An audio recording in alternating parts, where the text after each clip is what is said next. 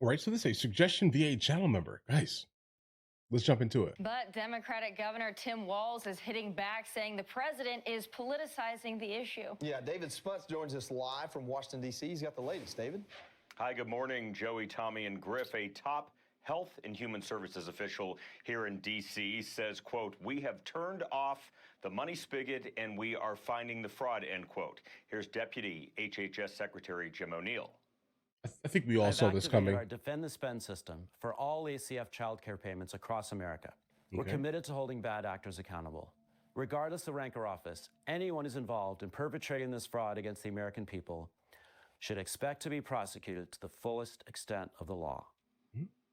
Now, the allegations continue to pile on in the Trump administration, hitting the state of Minnesota in several ways. First, from a law enforcement perspective, you see Homeland Security investigators there on the ground in Minnesota yesterday and the day before, and every they will state needs continue this. probing.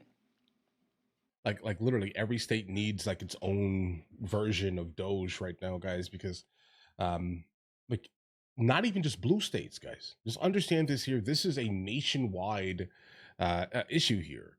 Period. Like this is not just blue states, but obviously, again, this is Tim Walz state, and right now the United States of America, and everyone basically hates Tim Walz, right? So, and I'm not specifically, I'm not confused about that. I'm not like hurt by that. I'm fine with it. But because of that, obviously, we're targeting him and anything that he has to do with.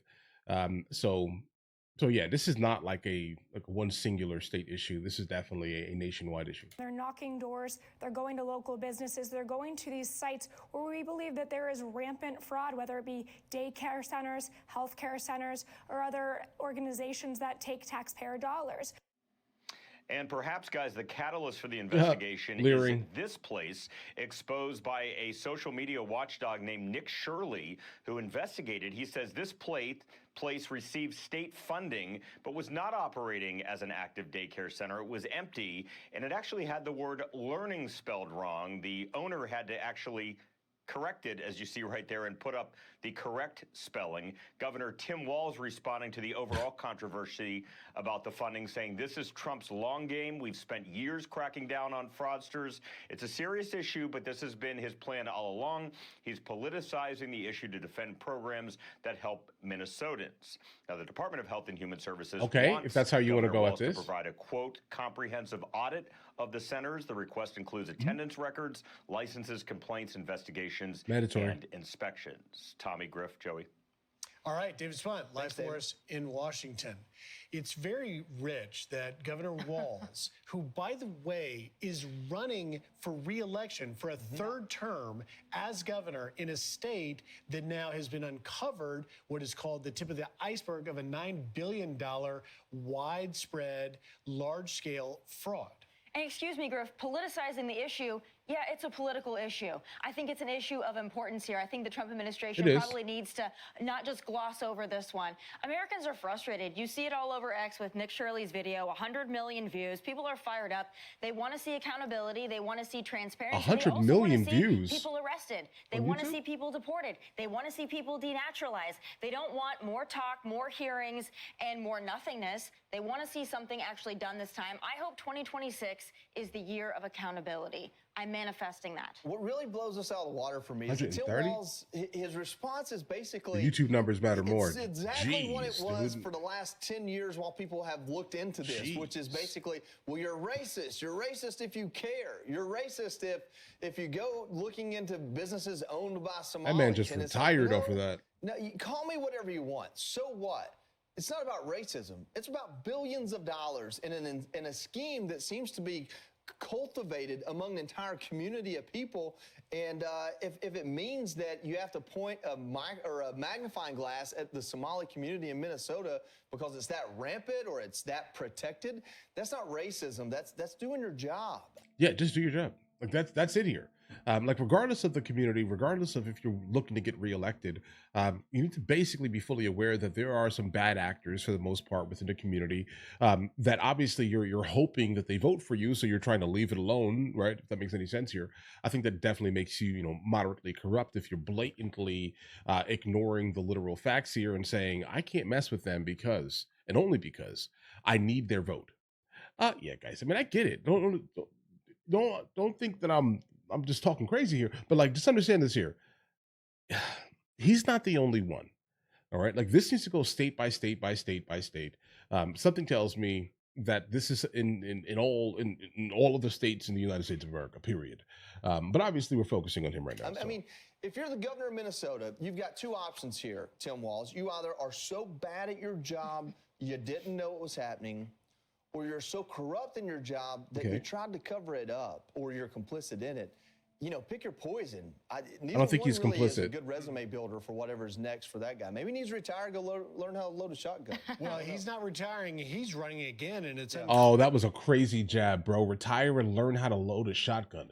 If you've seen that video of him, yeah, that's disrespectful. He's retired, go learn how to load a shotgun. Well, he's not retiring. He's running again, and it's unclear, Joey, what his campaign slogan is. It must be something along the lines of, no, I'll fix it now. Ooh. Trust me, I'm the right guy to do it. He's taken on a couple of initiatives. He says he's going to appoint a program integrity director. Okay. And it's like, why wasn't there one? Why wasn't there? Exactly. And he's going to spend taxpayer money further to hire an outside firm to do an audit, which I'm sure that Minnesota taxpayers who are already been stolen from are not happy about having to now pay more money to fix the problem that occurred on his watch. But I think you have a real important point. You have to understand his base. This focus on the Somalian community, because 85 of 98 people charged are of Somali descent. Yeah. Over 60 have been convicted. And so it is not a politicizing issue. It is not a racist issue to focus on where the root of any fraud problem is. Yeah, if something like this exists to a certain within extent. a community, if it's been fostered there and cultivated there and protected there, then you got to start flipping all the stones to see who and all is involved. That's what it is. And Tommy, you mentioned the push for denaturalization of possible citizens, talking about the Somali community. We'll ask Caroline Levitt, White House press secretary, about just that and a whole lot more coming up a little bit later. Okay, denaturalization. Okay, now again, guys, I'm kind of all over the place when it comes to like the idea of denaturalizing people that have already been naturalized. But because it kind of makes them stateless, if that makes any sense here, because a lot of the countries that that people are coming from specifically, when they do become citizens, their previous countries or their home countries kind of require them to kind of give up their citizenship. So now you're making someone stateless. That's tricky. Okay, that's very that's a naturally tricky actually. But if you do find out that the reason why they became citizens was like there was something corrupt kind of during that path, then I'll back it to the end of time here, bro. Again, no illegality here. And or if you find out that they were part of something like this, I understand it here. But painting a gigantic brush saying that every single person, because that's kind of what I hear when I hear this, right? Every single person is involved to a certain extent, right? The entire community is involved to a certain extent is troubling because it's probably not the entire community. It's never the entirety of anything, if that makes any sense here. But if there are bad actors, then they all need to go. Absolutely, in fact, here, number one here. Number two, if they were naturalized for the most part, and they were a part of this, then yeah, I don't care if they're stateless or not, guys. That's not a thing here. If you're going to come to the country for the sole purpose of immediately taking advantage of like American tax dollars, then who's going to back that, guys? Right? Like you have, for the most part, dug your own grave in the context of this here. So, yep, stateless for you, bro. Guys, do you want to watch movies with me? I never actually thought to like promote it over here, guys. But if you guys do want to watch it, guys, we have hundreds of movies, and I mean hundreds of movies that we've reacted to. You guys can come watch them with me if you want to, along with many TV shows. Currently, we're working on the show Dexter, along with Vikings, and we have a lot of series that are already completed. But if you guys do want to watch it with me, the link is in the description. Everything's available at the second tier. But of course, if that's not your thing, guys, don't worry. Right? Listen, like and subscribe.